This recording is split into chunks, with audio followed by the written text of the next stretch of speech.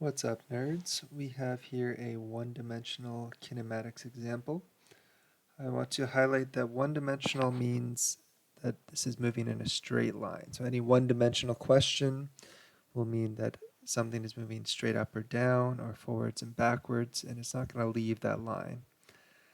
The important thing about a one-dimensional example is you don't have to worry about keeping your x and y values separate, as we have for our two-dimensional examples. Now we have a question here with 4 parts, and each part is going to get a little bit more challenging. So the first part says a soccer ball is kicked in a straight line upwards at 16.5 meters per second.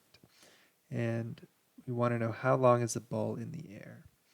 Well, I always like to start by writing down what we know. So we know that the initial velocity is 16.5 meters per second.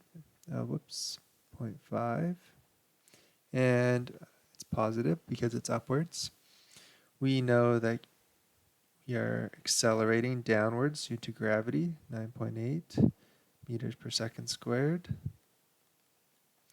And now we have a choice. We have a choice of, do we want to think of going to the highest point where the velocity is 0, or do we want to think of the whole trip that the soccer ball will take up and down? We know if we ignore air resistance that the velocity on the other side will be negative, opposite and equal. So that is negative 16.5 when it comes back down just before it hits the ground. Now if we pick the highest point here, we will need to multiply our time by 2 because we're finding only half the time. If we pick the end point to find the time, then we don't need to multiply by 2 to find the total time because we've already found the total time. I'm going to pick the end point. So I'm going to say the final velocity is negative 16.5. And I'm also going to make a note that I am looking for time. So t equals question mark. All right, now I think to myself, what formula has these 4 things? And the formula with these 4 things here is v equals v naught plus at. So we have, here, I'll write my formula in another color. Use black for setting up the question. We'll use blue to solve the question. If I rearrange this, I will need to subtract v naught to the other side. V minus v naught equals at.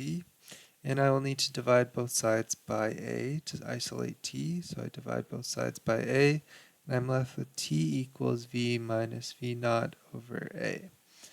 So that is equal to negative 16.5 is my final velocity, minus the initial, which is 16.5, divide by negative 9.8. All the negatives will cancel out, and I will end up with a positive value.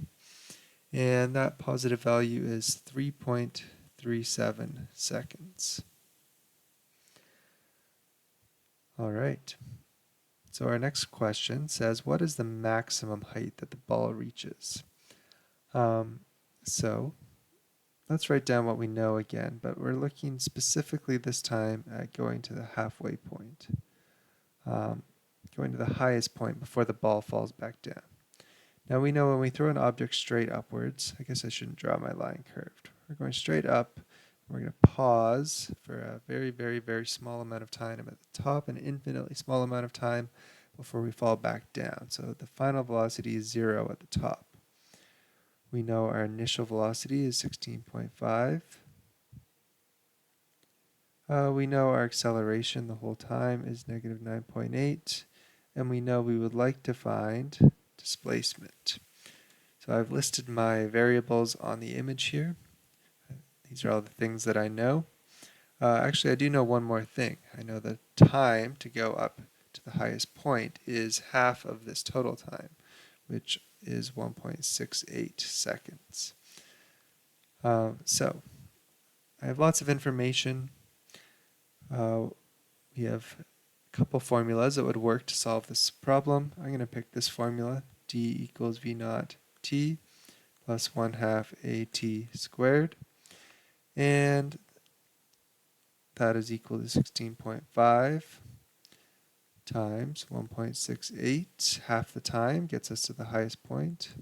Divide by 1/2, negative 9.8, and 1.68 squared for t squared.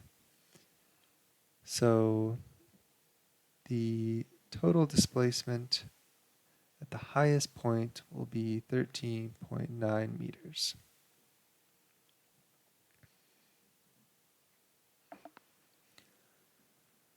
Okay, our third question says, what is the velocity of the ball when it is 10 meters high? So let's write down what we know. Well, obviously we know we have a displacement of 10 meters because we're 10 meters high.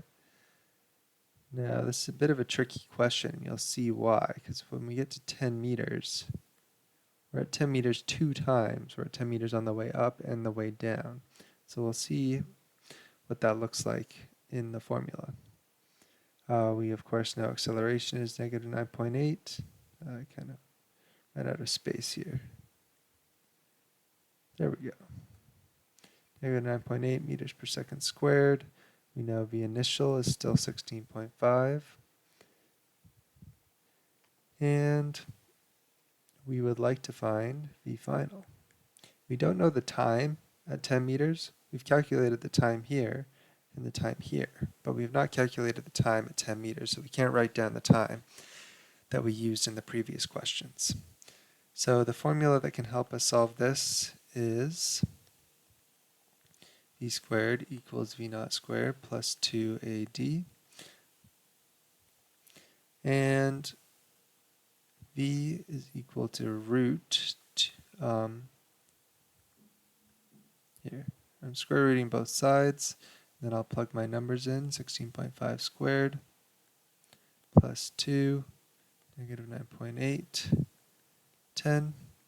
And I find my velocity at the highest point is, or sorry, not at the highest point. My velocity at 10 meters is plus or minus 8.73 meters per second.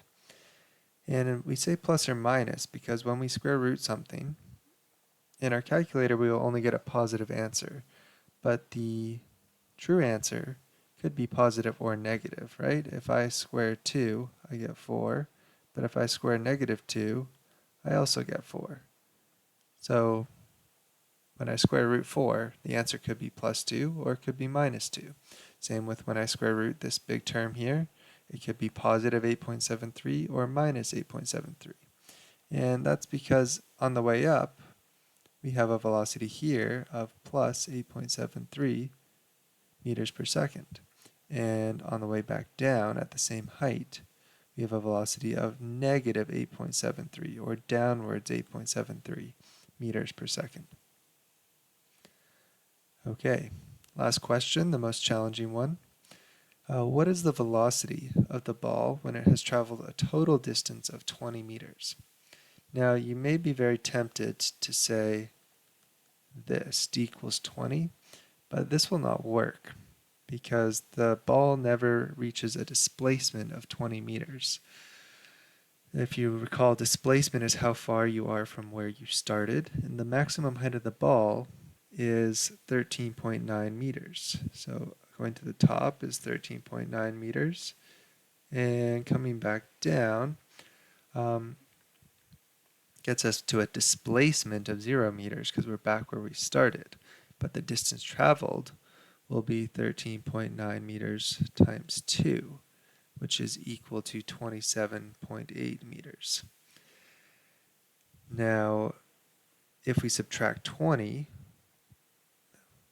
will be about here, and we can deduce that 27.8 minus 20 is 7.8 meters, which will be our displacement. So d is not 20, d is 27.8 minus 20, so d is 7.8 meters above ground. Okay, we also know acceleration is negative 9.8 meters per second squared. We know our v initial is still 16.5 meters per second, and we would like to find the velocity of the ball. So what formula has these four things? It is a formula we've already used. V squared equals V naught squared plus 2AD. I'm going to square root both sides, and I find that V is root 16.5. Whoops, that's a bit messy. 16.5 squared plus 2, negative 9.8. And our displacement, when we've traveled a distance of 20 meters, we deduced is 7.8 meters above the ground. So when we've traveled a distance of 20 meters, our displacement is 7.8. And we get here plus or minus 10.9 meters per second. Now this is not the correct answer, because when we're on this side and our velocity is plus 10.9 meters per second, we haven't traveled a distance of 20 meters. So we don't want to have the plus 10.9 meters per second. I'm going to cross that out. We're just going to say V equals negative 10.9 meters per second is the only correct answer, because when we're on this side, we have a negative velocity when we're coming back down. The best answer would actually be velocity is 10.9 meters per second downwards, because the negative represents downwards. That is the interpretation of the negative in the real world, is that something is going downwards if it has a negative velocity. So we can interpret that and write it in our answer as downwards.